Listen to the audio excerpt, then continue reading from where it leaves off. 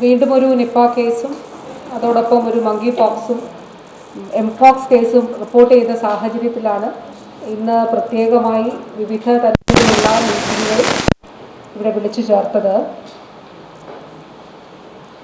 രാവിലെ ആരോഗ്യവകുപ്പിൻ്റെ പ്രത്യേക യോഗം ചേർന്നിരുന്നു. അതിനുശേഷം ഇപ്പോൾ ഉച്ച കഴിഞ്ഞിട്ട് ജില്ലയുടെ ചുമതലയുള്ള മിനിസ്റ്റർ ശ്രീ അബ്ദുറഹ്മാൻ, അതോടൊപ്പം MLA മാർ, ഈ കേസുകളുണ്ടായ പഞ്ചായത്തുകളിലെ കണ്ടെയ്ൻമെൻറ്റ് സോണായിട്ട് വാർഡുകളുള്ള പഞ്ചായത്തുകളിലെ, അതുപോലെ നിലമ്പൂർ മുനിസിപ്പാലിറ്റിയിലെ എല്ലാം പ്രസിഡന്റുമാരും ചെയർമാനും ഒക്കെ ചേർന്ന ഒരു യോഗം വിളിച്ചു ചേർക്കുകയുണ്ടായി. അതിനുശേഷം സമഗ്രമായ അവലോകന യോഗം എല്ലാ ദിവസവും നടത്തുന്നത് ഇന്നിവിടെ 5:30 ചേരുകയും ചെയ്തു. അപ്പോൾ ഇന്ന് നിലവിൽ നിപ്പ കേസുമായി ബന്ധപ്പെട്ട് ഇതുവരെ 267 പേരാണ് സമ്പർക്ക പട്ടികയിൽ ഉള്ളത്. ഇന്ന് ഒരാൾ കൂടി സമ്പർക്ക പട്ടികയിലേക്ക് വന്നത് ഈ പേഷ്യൻ്റ് എത്തിയ ആശുപത്രിയിൽ ആ സമയത്തുണ്ടായിരുന്നു. ഈ പേഷ്യൻറ്റുമായിട്ട് ഹസ്തദാനം ചെയ്തു എന്ന് ഇങ്ങോട്ട് വിളിച്ച് റൂട്ട് മാപ്പ് കണ്ട് വിളിച്ച് അറിയിച്ച ഒരാളാണ്. അപ്പോൾ ആ വ്യക്തി കൂടി കോൺടാക്ട് ലിസ്റ്റിൽ ഉൾപ്പെട്ടിട്ടുണ്ട്. ഇതുവരെ പരിശോധിച്ച 37 സാമ്പിളുകൾ നെഗറ്റീവാണ്. 7 പേർക്കാണ് ചെറിയ രീതിയിൽ രോഗലക്ഷണങ്ങൾ, അതായത് പനിയുടെ ലക്ഷണങ്ങളുള്ളത്. ചിലർക്ക് സോർ ത്രോട്ടുണ്ട്, ചിലർക്ക് തലവേദനയുണ്ട്, ചിലർക്ക് പനിയുണ്ട്. അങ്ങനെ 7 പേർക്കാണ്. അതിൽ ചിലരുടെ 2-3 പേർ ഇപ്പോഴാണ് വന്നത്, ഈ വൈകുന്നേരം, ഇപ്പോൾ നമ്മൾ ഈ മീറ്റിംഗ് ചേരുന്നതിന് അല്പസമയം മുൻപ്. അപ്പോൾ എല്ലാവരുടെയും തന്നെ സാമ്പിളുകൾ എടുത്തുകൊണ്ട് അവർക്ക് രോഗമില്ല എന്നുള്ളത് ഉറപ്പിക്കുന്നതിന് വേണ്ടിയിട്ടുള്ള പ്രവർത്തനങ്ങളാണ് നടത്തുന്നത്. അതോടൊപ്പം ഹയസ്റ്റ് റിസ്കിലുള്ള, അതായത് നമ്മുടെ പൂർവ്വകാല അനുഭവത്തിൻ്റെ പശ്ചാത്തലത്തിൽ നിപ്പ വൈറസ് രോഗവുമായി ബന്ധപ്പെട്ട പ്രോട്ടോക്കോളിൻ്റെ അടിസ്ഥാനത്തിൽ ഹയസ്റ്റ് റിസ്കിൽ ഏറ്റവും അധികം വ്യാപനത്തിന് സാധ്യതയുള്ളത് എന്ന് കണ്ടെത്തിയിട്ടുള്ള ആളുകൾക്ക് മുൻകൂട്ടി തന്നെ അതിനെതിരെയുള്ള മരുന്ന് നൽകുന്നുണ്ട്. അപ്പോൾ ആ രീതിയിൽ കൂടിയുള്ള ഇടപെടൽ ഈ ഘട്ടത്തിൽ കഴിഞ്ഞ ദിവസങ്ങളിലായിട്ട് ആരംഭിച്ചത്. അപ്പോൾ എംപോക്സ് എന്നാണ് പറയുക. എംപോക്സുമായി ബന്ധപ്പെട്ട് ആ വ്യക്തി സ്റ്റേബിളാണ്. ആ വ്യക്തിക്ക് നാട്ടിൽ ഉണ്ടായിട്ടുള്ള കോണ്ടാക്റ്റ് 23 പേരാണ്. അപ്പോൾ ആ 23 പേര് അവർ സെൽഫ് മോണിറ്ററിങ് കൂടിയാണ്. കാരണം കൈകാലുകളിലൊക്കെ ചിലപ്പോൾ ഈ ലൈസൻസ് ഉണ്ടാകണം എന്നില്ല. അപ്പോൾ സെൽഫ് മോണിറ്ററിങ് ഒരു പ്രധാനപ്പെട്ട കാര്യമാണ്. ആ നിലയിൽ ഒരു അവബോധം നൽകി എന്തെങ്കിലും തരത്തിൽ അങ്ങനെ രോഗലക്ഷണങ്ങൾ ഉണ്ടെങ്കിൽ അറിയിക്കണമെന്നുള്ളത് അറിയിക്കുകയും ആ രീതിയിൽ അവർ പ്രത്യേക ശ്രദ്ധ എടുക്കുകയും ചെയ്യുന്നുണ്ട്. ഈ വ്യക്തി സഞ്ചരിച്ച വിമാനം, യാത്ര ചെയ്ത വിമാനം, അതിൽ 3 റോ മുന്നിലും 3 റോ പിന്നിലുമുള്ള ആളുകളെ ഐഡൻറ്റിഫൈ ചെയ്തിട്ടുണ്ട്. 43 പേരാണ് ആ നിലയിൽ ഇദ്ദേഹവുമായിട്ട് കോണ്ടാക്റ്റിലുള്ളത്. അപ്പോൾ അതിൽ ചിലരുടെ ഫോൺ നമ്പർ വിദേശത്തെ ഫോൺ നമ്പറാണ്. അവരുടെ നാട്ടിലെ അഡ്രസ്സ് കിട്ടിയിട്ടില്ല. പക്ഷെ അവരെ അഡ്രസ്സ് കണ്ടെത്തി അവരെ വിവരം അറിയിക്കുന്നതിന് വേണ്ടിയിട്ടുള്ള ശ്രമമാണ് നടത്തുന്നത്. എംപോക്സുമായി ബന്ധപ്പെട്ട് ഇപ്പോൾ ആഫ്രിക്കൻ ഭൂഖണ്ഡത്തിൽ കണ്ടെത്തിയിട്ടുള്ള ക്ലേഡ് 1B ആണ്.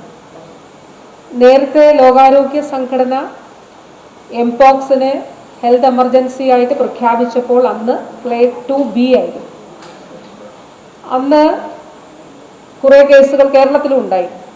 വിദേശ രാജ്യങ്ങളിൽ നിന്ന് വന്ന നമ്മുടെ ആളുകളിൽ ആണ് അന്ന് രോഗം കണ്ടെത്തിയിട്ടുള്ളത്. അന്നും രോഗം കണ്ടെത്തിയത്.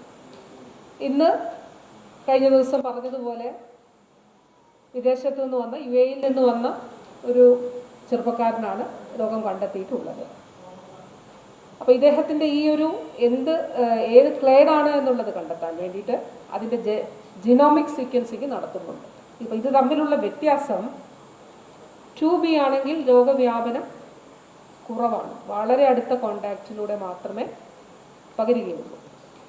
1B ആണെങ്കിൽ അപ്പോൾ ആഫ്രിക്കയുടെ പല ഭാഗങ്ങളിലും കാണുന്ന വകഭേദമാണെങ്കിൽ അതിൻ്റെ ഇൻഫെക്റ്റിവിറ്റി, രോഗവ്യാപന ശേഷി വളരെ കൂടുതലാണ്. അപ്പോൾ അതുകൊണ്ട് അതാണ് എങ്കിൽ അത് കൂടുതൽ ആളുകൾ സമ്പർക്ക പട്ടികയിൽ വിമാനത്തിൽ സഞ്ചരിച്ചവരൊക്കെ ഉൾപ്പെടുന്ന ഒരു സാഹചര്യം ഉണ്ടാകാം. പക്ഷേ നിലവിൽ രാജ്യത്ത് നിലനിൽക്കുന്ന പ്രോട്ടോക്കോൾ അനുസരിച്ചും സ്റ്റേറ്റ് പ്രോട്ടോക്കോൾ അനുസരിച്ചിട്ടുള്ള എല്ലാ നടപടികളും ഇതുവരെ നമ്മൾ സ്വീകരിച്ചിട്ടുണ്ട്. ഒരു പടി കൂടി മുന്നിൽ കടന്നുകൊണ്ട് ജീനോമിക് സീക്വൻസിങ് നടത്തി ഇതേത് ക്ലേഡ് ഉള്ളതാണ് എന്നുള്ളത് കണ്ടെത്തുന്നതിനാണ് ശ്രമിക്കുന്നത്. അത് കൂടി കണ്ടെത്തിയാൽ മെഡിക്കൽ ബോർഡ് അതിനനുസരിച്ചിട്ട് ഈ ഇപ്പോൾ നിലവിലുള്ള പ്രോട്ടോക്കോളിൽ എന്തെങ്കിലും തരത്തിലുള്ള കൂട്ടിച്ചേർക്കലുകൾ ആവശ്യമാണോ എന്നുള്ളത് കൂടി പരിശോധിച്ച് തീരുമാനമെടുക്കും. നിപ്പയുമായി ബന്ധപ്പെട്ട് ഒരു കാര്യം ഉള്ളത്, നിങ്ങൾക്ക് ഓരോരുത്തർക്കും അറിയാവുന്നതുപോലെ ഈ വ്യക്തി മരണപ്പെട്ടതിന് ശേഷം അസുഖത്തിൽ 8-ാം തീയതി തന്നെ, അതിന് മുൻപ് തന്നെ ആ AES എന്നുള്ള നിലയിൽ അത് റിപ്പോർട്ട് ചെയ്തു. അവിടെ ഫീവർ സർവൈലൻസ് നടത്തിയിരുന്നു. അതോടൊപ്പം ഡെത്ത് ഇൻവെസ്റ്റിഗേഷൻ നടത്തി. അത് വളരെ സാധാരണമല്ലാത്ത അസാധാരണമായിട്ടുള്ളൊരു കാര്യം. ഒരുപക്ഷെ മറ്റൊരിടത്തും കേരളത്തിന് പുറത്ത് മറ്റൊരിടത്തും ഒരു പക്ഷേ അങ്ങനെ സംഭവിക്കണം എന്നില്ല. കാരണം 2 രോഗങ്ങൾ സംശയിക്കപ്പെട്ടിരുന്നു. ഒന്ന് ഹെപ്പറ്റൈറ്റിസ് A, 2 ഡെങ്കി, ബ്ലീഡിങ് എന്ന് പറഞ്ഞതുകൊണ്ട് ഡെങ്കി കൂടി അവിടെ ഡോക്ടേഴ്സ് ചികിത്സിച്ചെടുത്ത് സംശയിച്ചിരുന്നു. അപ്പോൾ ആ രീതിയിലൊരു രോഗമായിട്ട് അടയാളപ്പെടുത്തി വേണമെങ്കിൽ പോകാമായിരുന്നു.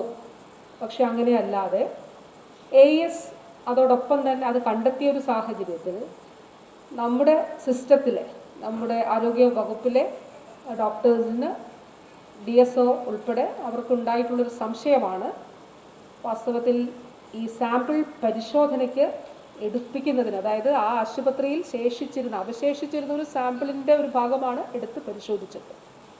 അത് ബ്ലഡ് സാമ്പിളായിരുന്നു. ആ ബ്ലഡ് സാമ്പിളാണ് കോഴിക്കോട് മെഡിക്കൽ കോളേജിൽ ആദ്യം പരിശോധിച്ച് 14-ാം തീയതിയാണ് അത് പരിശോധിച്ചത്. പോസിറ്റീവാണെന്നുള്ളത് കണ്ടെത്തി. അതിനുശേഷം ഔദ്യോഗികമായിട്ടുള്ള സ്ഥിരീകരണവും നമുക്ക് ലഭ്യമായത്. പോസിറ്റീവാണെന്ന് കോഴിക്കോട് കണ്ടെത്തിയ ദിവസം തന്നെ ഞാൻ യോഗം വിളിച്ചു. ജില്ലാ കളക്ടർ ഉൾപ്പെടെ പങ്കെടുത്തു. അഡീഷണൽ ചീഫ് സെക്രട്ടറി ഉൾപ്പെടെ എല്ലാവരും, നമ്മുടെ DHSും DME എല്ലാ ഓഫീസേഴ്സും ജില്ലാ ടീമും പങ്കെടുത്തു. അന്ന് തന്നെ 16 കമ്മിറ്റികൾ, അതായത് തിരുവോണത്തിൻ്റെ തലേദിവസം നിലവിൽ വന്നിരുന്നു. പക്ഷേ ഇത് ബ്ലഡ് സാമ്പിൾ ആയതുകൊണ്ടും സാമ്പിൾ സൈസ് നമുക്ക് മറ്റ് സാമ്പിളുകൾ പോലെ അല്ലാതെ ഇരുന്നതുകൊണ്ടും ഔദ്യോഗിക സ്ഥിരീകരണം എന്നുള്ളത് നമ്മൾ കാത്തു. പക്ഷേ മുഴുവൻ കോൺടാക്ട്സും ഐഡൻറ്റിഫൈ ചെയ്യുന്ന പ്രവർത്തനം 14-ാം തീയതി തന്നെ തുടങ്ങിയിരുന്നു. അങ്ങനെ പഞ്ചായത്ത് പ്രസിഡന്റിനെ പഞ്ചായത്തിനെ അറിയിച്ച് അവരും അതിനുള്ള മുന്നൊരുക്ക പ്രവർത്തനങ്ങൾ നടത്തി. 15-ാം തീയതി സ്ഥിരീകരണം ലഭിച്ച് നമ്മളിത് പ്രഖ്യാപിക്കുന്ന സാഹചര്യമാണ് ഉണ്ടായിട്ടുള്ളത്. അപ്പോൾ തീർച്ചയായിട്ടും ഈ 2 രോഗങ്ങൾ റിപ്പോർട്ട് ചെയ്തതുമായിട്ട് ബന്ധപ്പെട്ടും ആശങ്കപ്പെടേണ്ടതില്ല. നിപ്പ കേസുമായി ബന്ധപ്പെട്ട് ഇനി രണ്ടാമതൊരാൾക്ക് ഇല്ല എന്നുള്ളത് ഉറപ്പിക്കാനാണ് നമ്മൾ ശ്രമിക്കുന്നത്. അതോടൊപ്പം എംപോക്സുമായി ബന്ധപ്പെട്ട് വളരെ സൂക്ഷ്മമായിട്ടുള്ള പ്രവർത്തനം ആരോഗ്യവകുപ്പും അതോടൊപ്പം തദ്ദേശ സ്ഥാപനങ്ങളും ചേർന്ന് നടത്തുന്നുണ്ട്. ജില്ലാ ഭരണകൂടത്തിൻ്റെ നേതൃത്വത്തിൽ ജില്ലാ കളക്ടർ എല്ലാ ദിവസവും രാവിലെ 9 മണിക്കും വൈകിട്ട് 6 മണിക്കും യോഗം ചേരുന്നുണ്ട്. ഞാൻ രാവിലെ 9 മണിയുടെയും 6 മണിയുടെയും യോഗത്തിൽ പങ്കെടുക്കുന്നുണ്ട്. ACS പങ്കെടുക്കുന്നുണ്ട്. അതിൽ ജില്ലാ കളക്ടറും അതുപോലെ SP-യും എല്ലാവരും, ഡയറക്ടർ ഹെൽത്ത് സർവീസസ് DHS, അതുപോലെ DME, ബാക്കി എല്ലാവരും ADHSും DMOയും DPMO അങ്ങനെ എല്ലാവരും പങ്കെടുക്കുന്നുണ്ട്. അപ്പോൾ സൂക്ഷ്മമായി പ്രവർത്തനങ്ങൾ വിലയിരുത്തിയാണ് മുന്നോട്ട് പോകുന്നത്. മാസ്ക് ധരിക്കണം എന്നുള്ളത് പൊതുവായിട്ടുള്ള അഭ്യർത്ഥനയാണ്. ദയവായിട്ട് ആ അഭ്യർത്ഥന കേൾക്കണം എന്ന് ഒരിക്കൽ കൂടി അഭ്യർത്ഥിക്കുകയാണ്. അത് ഈ ഘട്ടത്തിൽ നമുക്ക് അനിവാര്യമായിട്ടുള്ള ഒരു കാര്യമാണ്.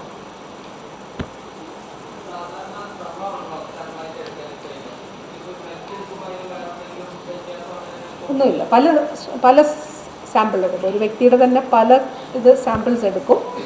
ഇത് ആ വ്യക്തി മരണപ്പെട്ട സാഹചര്യത്തിൽ സാമ്പിൾ പരിശോധിച്ചു. വൈറൽ ലോഡ് ഹൈ ആയിരുന്നു. അപ്പോൾ അത് നമ്മൾ പരിശോധിച്ചു. അത് കഴിഞ്ഞ് NIV പൂനെയും പരിശോധിച്ചു. 3 പേരുണ്ടായിരുന്നു. പക്ഷെ അവരുടെ റിസൾട്ട് ഇപ്പോൾ വന്നു. അവർ നെഗറ്റീവാണ്. 3 പേര് കൂടി ലക്ഷണങ്ങളുള്ള ഐസൊലേഷനിലുണ്ടായിരുന്നു. ഇവിടെ അല്ല, പത്തനംതിട്ട ജില്ലയിലാണ്. പക്ഷെ അവർ 3 പേര് നെഗറ്റീവാണ്. അതിൽ കേന്ദ്ര സർക്കാരാണ് ഇത് സംബന്ധിച്ചിട്ടുള്ള പൊതു മാനദണ്ഡങ്ങൾ വിമാനത്താവളങ്ങളിലേത് തീരുമാനിക്കുന്നത്. അപ്പോൾ ഇപ്പോൾ അവർ തെർമൽ സ്കാനറൊക്കെ വെച്ചിട്ടാണ് വിമാനത്താവളങ്ങളിൽ. അതുകൂടാതെ ഇത് സംബന്ധിച്ച് ഇങ്ങനെ ലക്ഷണങ്ങളുണ്ടെങ്കിൽ സെൽഫ് റിപ്പോർട്ട് ചെയ്യണം എന്നുള്ളതാണ് കേന്ദ്ര സർക്കാർ അറിയിച്ചിട്ടുള്ളത്. അപ്പോൾ നിലവിൽ വിമാനത്താവളങ്ങളിൽ കേന്ദ്ര സർക്കാർ പറഞ്ഞ മാനദണ്ഡങ്ങളാണ് നമ്മൾ ഫോളോ ചെയ്യുന്നത്.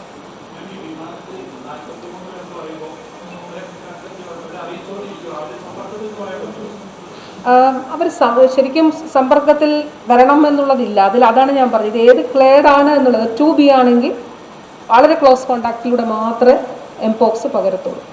അതേസമയം ഇപ്പോൾ ആഫ്രിക്കൻ ഭൂഖണ്ഡത്തിൽ കാണുന്ന 1B ആണെങ്കിൽ ചിലപ്പോൾ വാഷ്റൂം ഉപയോഗിച്ചാൽ അല്ലെങ്കിൽ ഈ പേഷ്യൻ്റ് തൊട്ട ഇടങ്ങൾ ശരീരസ്രവങ്ങൾ അങ്ങനെ പകരുന്നൊരു സാഹചര്യത്തിലൊക്കെ ഉണ്ടാവാം. കൂടുതൽ വ്യാപനശേഷിയുണ്ട്. അപ്പോൾ ഇപ്പോൾ നിലവിൽ നമ്മുടെ പ്രോട്ടോക്കോൾ, രാജ്യത്ത് നിലനിൽക്കുന്ന പ്രോട്ടോക്കോൾ അനുസരിച്ച് ഈ രീതിയിലാണ് നമുക്ക് ചെയ്യേണ്ടത്. അപ്പോൾ അവരെ ഐഡൻറ്റിഫൈ ചെയ്ത്, ഇപ്പോൾ ചിലരുടെയൊക്കെ ഫോൺ സ്വിച്ച് ഓഫ് ആണ്, അപ്പോൾ നാട്ടിലെ അഡ്രസ്സ് അവരുടെ ഇതിലില്ല. പക്ഷേ നമ്മൾ പരമാവധി അവരുടെ അഡ്രസ്സ് കണ്ടെത്തി അറിയിക്കുന്നതിനാണ് ശ്രമിക്കുന്നത്.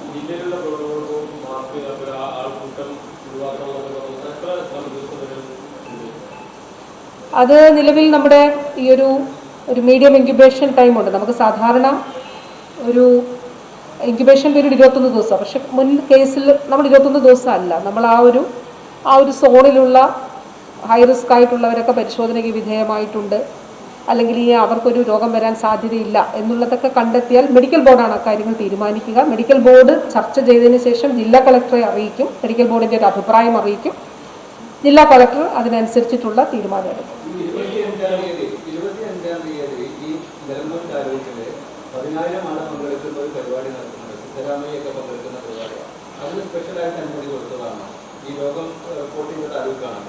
അതെന്താണെന്ന് എൻ്റെ ശ്രദ്ധയിൽ വന്നില്ല. ജില്ലാ കളക്ടർ അത് പരിശോധിക്കും.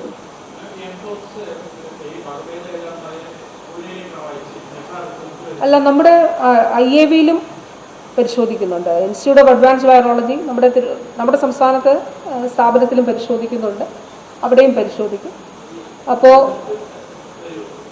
ഇന്ന് രാത്രി നാളെ രാവിലെ വരും.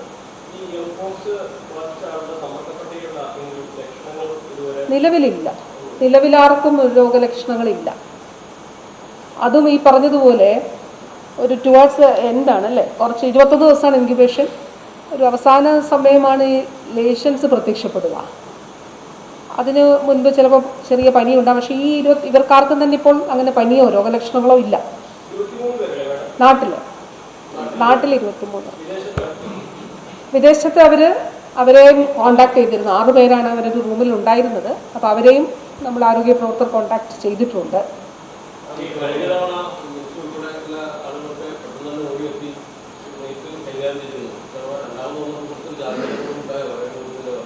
ഞാനതാണ് പറഞ്ഞത്, 14-ാം തീയതി ഇതറിഞ്ഞ സമയത്ത് തന്നെ ആരോഗ്യമന്ത്രിയുടെ അധ്യക്ഷതയിൽ യോഗം ചേർന്ന് ആ യോഗത്തിൽ ജില്ലാ കളക്ടർ, അതുപോലെ തന്നെ നമ്മുടെ additional chief secretary, director health services, DME, ADHS, DMO, DPM, അങ്ങനെ SP പങ്കെടുത്തു എന്നാണ് ഞാനത് കണ്ടത്. എല്ലാവരും പങ്കെടുത്ത് നമ്മൾ മീറ്റിംഗ് ചേർന്നു.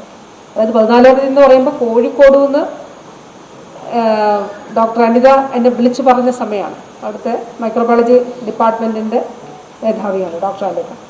ആ സമയത്ത് ഒരു അരമണിക്കൂറിനുള്ളിൽ തന്നെ നമ്മൾ യോഗം ചേർന്നു. അപ്പോൾ കളക്ടർ ഇവിടെ ഉണ്ടായിരുന്നു. 16 കമ്മിറ്റികൾ നമ്മൾ ഫോം ചെയ്തു. പിറ്റേന്ന് തിരുവോണമാണല്ലോ. പക്ഷെ ആ കമ്മിറ്റികൾ ഫോം ചെയ്ത് പ്രവർത്തനം ആരംഭിച്ചു. ആ അരമണിക്കൂറിനുള്ളിൽ, അതായത് ഇത് സംശയിക്കപ്പെട്ടത് കൊണ്ട് തന്നെ DSO, അതുപോലെ മെഡിക്കൽ ഓഫീസർ, ഒരു DSO ഷുബിൻ ഡോക്ടർ, മറ്റേ മെഡിക്കൽ ഓഫീസർ ഡോക്ടർ മുനീർ, ഇവരെല്ലാവരും ചേർന്ന് ക്ലിയർ ആയിട്ടുള്ളൊരു ഹിസ്റ്ററി കൂടി ട്രേസ് ചെയ്തിരുന്നു. അപ്പോൾ അത് കഴിഞ്ഞിട്ട് 15-ാം തീയതി രാവിലെ 9 മണിക്ക്, അതായത് തിരുവോണ ദിവസം, 16-ാം തീയതി, അതോടൊപ്പം തന്നെ എല്ലാ ദിവസവും അത് സംബന്ധിച്ച ഓരോ കാര്യങ്ങൾ, മൈന്യൂട്ടായിട്ടുള്ള കാര്യങ്ങൾ, മറ്റേ കാര്യത്തിനേക്കാളും കുറച്ചുകൂടി ചാലഞ്ചിങ് ആയിട്ടുള്ളത്. കാരണം പറയാം, ആദ്യ കേസിൽ അത് ബ്രെയിനെയാണ്, അതായത് AS ആണ് ഉണ്ടായിരുന്നത്. ഈ രണ്ടാമത്തെ കേസിൽ അത് റെസ്പിറേറ്ററി സിസ്റ്റത്തെ കൂടി കൂടുതലായിട്ട് ബാധിച്ചിട്ടുണ്ട്. അപ്പോൾ കൂടുതലായി റെസ്പിറേറ്ററി സിസ്റ്റത്തെ ബാധിക്കുമ്പോൾ വ്യാപനശേഷി കൂടുതലാണ്. അപ്പോൾ ആദ്യത്തെ കേസിനേക്കാളും ചാലഞ്ചിങ് ആണ് വാസ്തവത്തിൽ ആരോഗ്യ മേഖലയെ സംബന്ധിച്ചിടത്തോളം ഈ കേസ്. അത് മാത്രമല്ല, നമുക്ക് പലയിടത്തും ഇപ്പോൾ കർണാടകത്തിൽ കോൺടാക്ട്സ് ഉണ്ട്, അതുപോലെ കേരളത്തിൽ തമിഴ്നാട്ടിലുണ്ട്, കേരളത്തിൽ മലപ്പുറം കൂടാതെ 9 ജില്ലകളിലുണ്ട്. അപ്പോൾ കൂടുതൽ ചാലഞ്ചിങ് ആയിട്ടുള്ളതാണ് രണ്ടാമത്തെ കേസ്, സൂക്ഷ്മാംശങ്ങൾ പരിശോധിച്ചുകൊണ്ട്. ഇപ്പോൾ തന്നെ നമ്മൾ റൂട്ട് മാപ്പ് പ്രസിദ്ധീകരിച്ചപ്പോൾ അധികം ആളുകൾ നമ്മളെ വിളിക്കാനില്ലായിരുന്നു. കാരണം CCTV ഉൾപ്പെടെയുള്ള ദൃശ്യങ്ങൾ എടുത്തുകൊണ്ടാണ് അത് ക്ലിയർ ആയിട്ട് നമ്മൾ ആ കാര്യങ്ങൾ ചെയ്തിട്ടുള്ളത്. ഇന്ന് ഒരാൾ വിളിച്ചത് ആശുപത്രിയിൽ ഉണ്ടായിരുന്ന ഒരു വ്യക്തിയാണ്.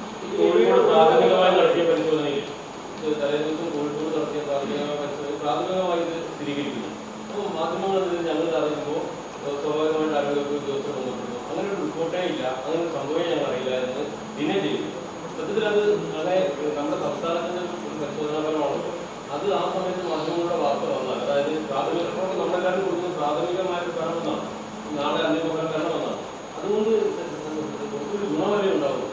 ഇതിലേ നമുക്ക് സ്റ്റേറ്റിന് തന്നെ ഇത് സ്ഥിരീകരിക്കാൻ കഴിയണം എന്നുള്ളതാണ് നമ്മുടെ ആവശ്യം. സ്റ്റേറ്റ് അതാണ് പറയുന്നത്. ഇപ്പം നമുക്ക് 2021 കേസ് വന്നപ്പോഴാണ് നമുക്ക് ഇവിടെ സംസ്ഥാനത്ത് ഇത് പരിശോധിക്കാൻ സംവിധാനം വേണമല്ലോ. നമ്മൾ ഓരോ തവണ ഇത് അവിടെ കഴിക്കാൻ പറ്റില്ല. അപ്പോൾ അങ്ങനെയാണ് കോഴിക്കോട് ഇതിനു വേണ്ടിയിട്ട് എക്യുപ്പ് ചെയ്തത്. മഞ്ചേരിക്ക് ഇപ്പോൾ എക്യുപ്ഡാണ്. അതുകൂടാതെ സയൻസ് ആൻഡ് ടെക്നോളജി വിഭാഗത്തിൻ്റെ നേതൃത്വത്തിൽ 80-ലധികം വൈറസുകളെ ഡിറ്റക്ട് ചെയ്യുന്ന ഇൻസ്റ്റിറ്റ്യൂട്ട് ഓഫ് അഡ്വാൻസ് വൈറോളജി തിരുവനന്തപുരത്തുണ്ട്. അപ്പോൾ തീർച്ചയായിട്ടും ഇത് സ്ഥിരീകരിക്കാൻ നമുക്ക് നമ്മൾക്ക് സ്റ്റേറ്റിന് അനുവദിക്കണം എന്നുള്ളത് തന്നെയാണ് നമ്മുടെ ആവശ്യം.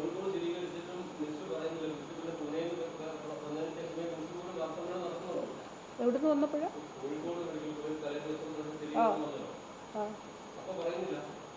അതാണ് അത് സ്റ്റേറ്റിൻ്റെ വിഷയമല്ല. കാരണം സ്റ്റേറ്റിനെ അതിന് രാജ്യത്ത് നിലനിൽക്കുന്ന മാനദണ്ഡങ്ങളാണല്ലോ. ഇത് BSL ലെവൽ 4 പതോജനാണ് നിപ്പ വൈറസ്. അപ്പോൾ NCDCയുടെ ഇപ്പോൾ ഒന്ന് ഗൂഗിളിൽ സെർച്ച് ചെയ്ത് നോക്കിയാൽ കാണാൻ കഴിയും. അത് പ്രഖ്യാപിക്കേണ്ടത് അല്ല, ഔദ്യോഗികമായി സ്ഥിരീകരിക്കേണ്ടത് BSL ലെവൽ 4 ലാബിലാണ്.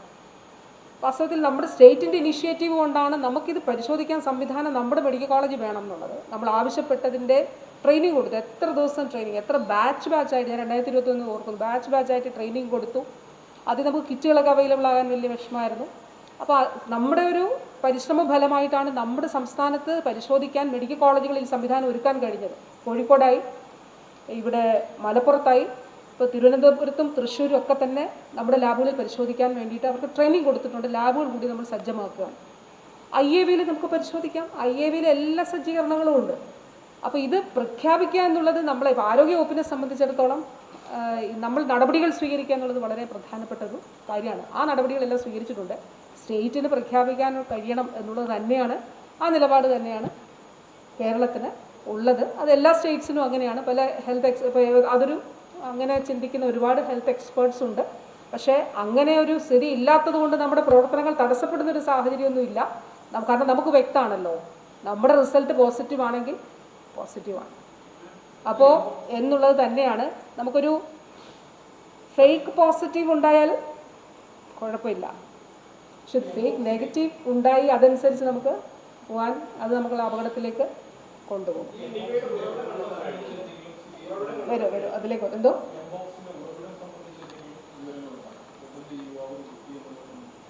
അല്ല, ഇദ്ദേഹം വിദേശത്തുനിന്ന് വന്ന ആളാണല്ലോ. അപ്പോൾ അത് റൂമിൽ ഒരാൾക്ക് പനി ഉണ്ടായിരുന്നു എന്നുള്ളത് അദ്ദേഹം തന്നെ പറഞ്ഞിട്ടുണ്ട്.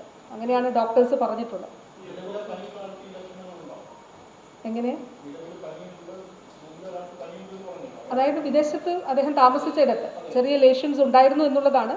അത് രോഗിയുമായി സംസാരിച്ച് ഡോക്ടേഴ്സ് മീറ്റിങ്ങിൽ പറഞ്ഞ കാര്യമാണ്. ആ വ്യക്തിക്ക് അങ്ങനെ ഉണ്ടായിരുന്നു എന്നുള്ളതാണ് പറഞ്ഞത്. അപ്പോൾ അത് വിശ്വസിക്കുക എന്നുള്ളതാണ് നമ്മളെ സംബന്ധിച്ചിടത്തോളം. അങ്ങനെയാണ് അദ്ദേഹത്തിന് രോഗം പകർന്നുള്ളത്. അങ്ങനെയല്ല, ഇത് വ്യക്തിയിൽ നിന്ന് ക്ലോസ് കോണ്ടാക്റ്റിലൂടെയാണ് പകരുക. അല്ലാതെ ഒരു എയർബോൺ ആയിട്ടോ ഒന്നും നിലവിൽ പകരുന്ന ഒരു രോഗമല്ല. ക്ലോസ് കോണ്ടാക്റ്റിലൂടെയാണ് പകരുന്നത്. ഈ 1B ആണെങ്കിൽ കുറച്ചുകൂടി എളുപ്പം പകരും എന്നുള്ളത്.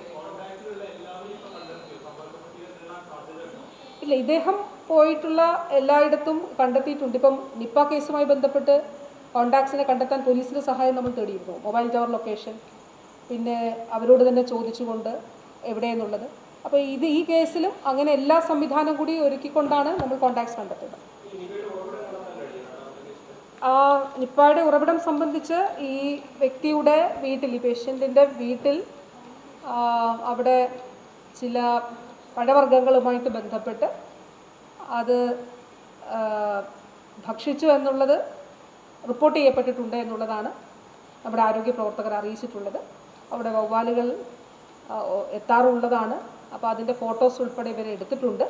ഇനി ശാസ്ത്രീയമായ സ്ഥിരീകരണം ഉണ്ടാകണമെങ്കിൽ നമ്മളിവിടുത്തെ സാമ്പിൾ, വവ്വാലുകളുടെ സാമ്പിൾ കൂടി എടുത്ത് അത് പരിശോധിച്ച് ജീനോമിക് സീക്വൻസിങ് നടത്തി മനുഷ്യരുടെ സാമ്പിളും വവ്വാലിൻ്റെ സാമ്പിളും ഒന്നാണ് എന്നുള്ളത് ശാസ്ത്രീയമായിട്ട് പ്രൂവ് ചെയ്യേണ്ടതായിട്ടുണ്ട്. അതിനു വേണ്ടിയിട്ട് വവ്വാലുകളുടെ സാമ്പിളുകൾ എടുക്കുന്നതിന് വേണ്ടിയിട്ടുള്ള ഒരു അഭ്യർത്ഥന കൂടി, അത് നമ്മൾ NIVയുടെ ബാറ്റ് ടീമാണ് ചെയ്യുന്നത്. അപ്പോൾ അവരോട് അത് ആവശ്യപ്പെട്ടിട്ടുണ്ട്. അതെ അതെ ഇല്ല അങ്ങനെയില്ല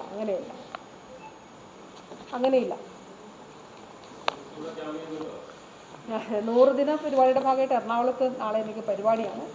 അപ്പോൾ എന്തെങ്കിലും ഒരു സെക്കൻഡ് കേസ് ഉണ്ടാകാതിരിക്കട്ടെ, ഉണ്ടാവുകയാണെങ്കിൽ എത്തും.